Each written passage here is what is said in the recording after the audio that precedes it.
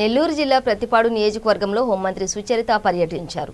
వట్టిచెరుకూరు మండలం కొర్నెపాడులో జరిగిన పలు కార్యక్రమాల్లో ఆమె పాల్గొన్నారు.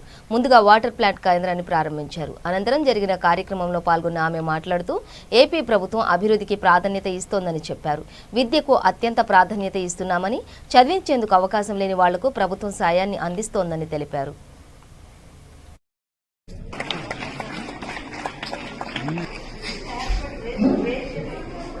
వెళ్ళడానికి కూడా ఇబ్బందులు పడుతూ వాళ్ళు స్కూల్ కూడా మానేసి చదువు కూడా దూరం అయ్యేటువంటి పరిస్థితులు ఉండే.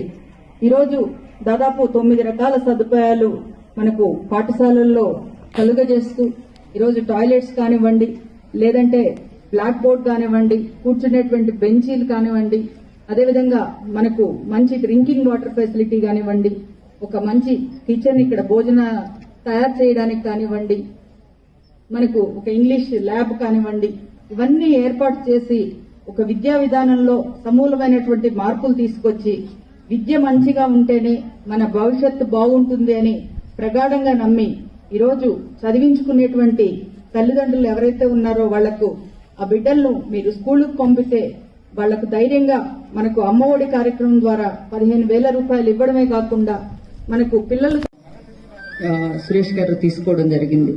ఫస్ట్ లో ఏదన్నా పార్కుల దగ్గర మనము పెడదాము అనుకున్నాము. కానీ పాఠశాలల్లో అయితే విద్యార్థులు వాళ్లకు భవిష్యత్తులో మొక్కలు పెంచాలి అనేటువంటి ఒక చక్కని ఆలోచన ఏర్పడే విధంగా పాఠశాలలో అయితే బాగుంటుందని ఆలోచన చేయడం జరిగింది. మరి మనం చూస్తే గతంలో ఇక్కడ ఉన్నటువంటి పాఠశాలకు ఇప్పుడున్న పాఠశాలకు అసలు సరిపోల్చుకోలేని విధంగా ఉంది.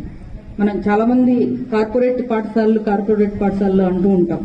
కానీ ఏ ఒక్క కార్పొరేట్ పాఠశాలకు కూడా సరైనటువంటి స్థలం ఉండదు.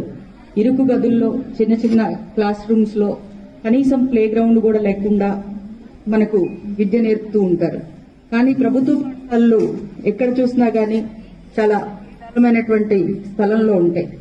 కానీ మనం ఎప్పుడూ కూడా గతంలో చూడని విధంగా గౌరవ ముఖ్యమంత్రి గారు పాలనా బాధ్యతలు తీసుకున్న తర్వాత పాఠశాలల యొక్క రూపురేఖలు సమూలంగా మార్చివేసే విధంగా నాడు నేడు కార్యక్రమం తీసుకోవడం, ఆ కార్యక్రమంలో అన్ని ప్రభుత్వ పాఠశాలలను 3 విడతలుగా తీసుకుని వాటిలో కావాల్సినటువంటి మౌలిక సదుపాయాలు ఏవైతే ఉన్నాయో వాటన్నిటినీ కల్పిస్తూ